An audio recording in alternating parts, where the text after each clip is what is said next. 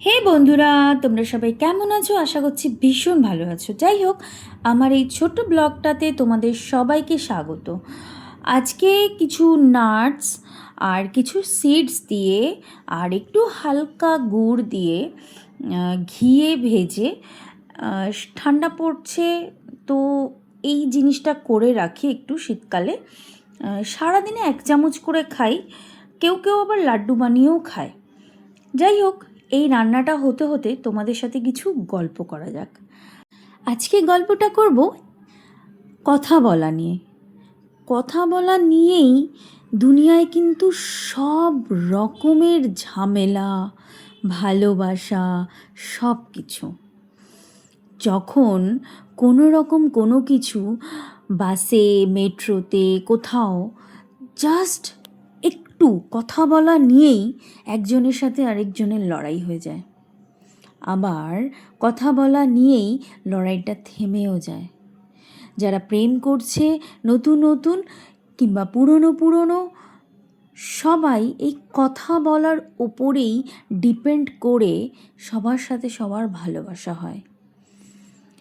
তো সেরকমই অনেক মানুষ আছে যাদের মন ভীষণ ভালো, না বুঝে শুনে যেখানে খুশি সেখানে হুটহাট বলে দেয়। আর ওই বলে দেওয়ার কারণে তাদেরকে ফার্স্টে তো মানুষ খুব মজা নেয়, সেকেন্ড লোকের চোখে সেরকমই ভ্যালু হয়ে যায় তাদের, যে নিজেকে নিয়ে যে মজা ওড়ালো, নিজেকে নিয়ে মজা ওড়ানোর পরে ভ্যালুটাও কিন্তু ওই রকমই হয়ে যায়।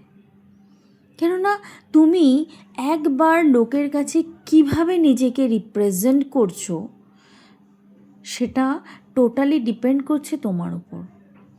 কেননা আমাদের অনেকেরই রয়েছে যাদের মনে যা আসছে সেটা মুখেও বলে দিচ্ছে।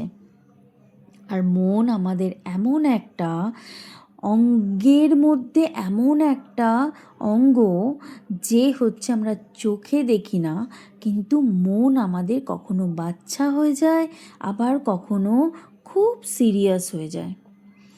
যখন একজন বয়স্ক মহিলা কিংবা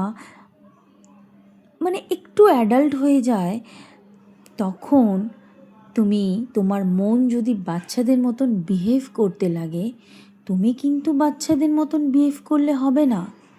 তোমাকে অনেক বুঝে শুনে লোকের সাথে কথা বলতে হবে। তুমি তার সামনেই বাচ্চাদের মতন বিহেভ করবে যে একমাত্র তোমার মা। কেননা তোমার মা তোমাকে ছোট্ট থেকে মানুষ করার পরে সে বোঝে যে আমার মেয়ে ও টোটালি এখন এই রকম করছে, তার মানে ও কিন্তু বাচ্চা নয়, ও বড়, কিন্তু ওর এখন এই জিনিসটা এইরকমভাবে কথা বলতে ইচ্ছে করছে। অনেকেই থাকে না বাচ্চাদের মতন, একটু বাচ্চা হতে মাঝে মাঝে ইচ্ছা করে। আর সত্যি, আর সমাজ যদি একটু ভালো হতো না, বড় হয়ে গেলেও, বুড়ো হয়ে গেলেও মনকে সবসময় একটা ছোট বাচ্চার মতন রাখা খুব দরকার। কিন্তু না, সমাজ সবসময় সিরিয়াস এবং ভালো ভালো শুনতে চায়। বাচ্চারা যে ভুল ভাল বলে দেয়, সেটা বললে একদমই চলবে না। 30-40 বছর হয়ে গেলে তো একদমই নয়। তখন বলবে, দেখ বুড়ো বয়সে কীরকম ন্যাকামো করছে। এটা কি ন্যাকামো করার বয়স বলতো? বয়সের সাথে সাথে কথা বলার ধরনটাও মানুষকে সমাজের চাপে পড়ে পুরোটাই চেঞ্জ করে দিতে হয়। তা না হলে যে তুমি মজা ওড়াবে, লোকের কাছে তোমার মজাটা উড়বে। তো সেই জন্য অ্যাটলিস্ট নিজের জন্য বুঝে শুনে কথা বলাটাই মনে হয় উচিত। যাই হোক, আজকের মতন আমার এই ব্লগটা এখানেই শেষ। অনেক জ্ঞান দিয়ে দিলাম, হয়তো সবার ভালো লাগবে না, কিন্তু আমার মনের কথার চ্যানেল, আমার মনের কথা আমি শেয়ার করতেই পারি, তাই না?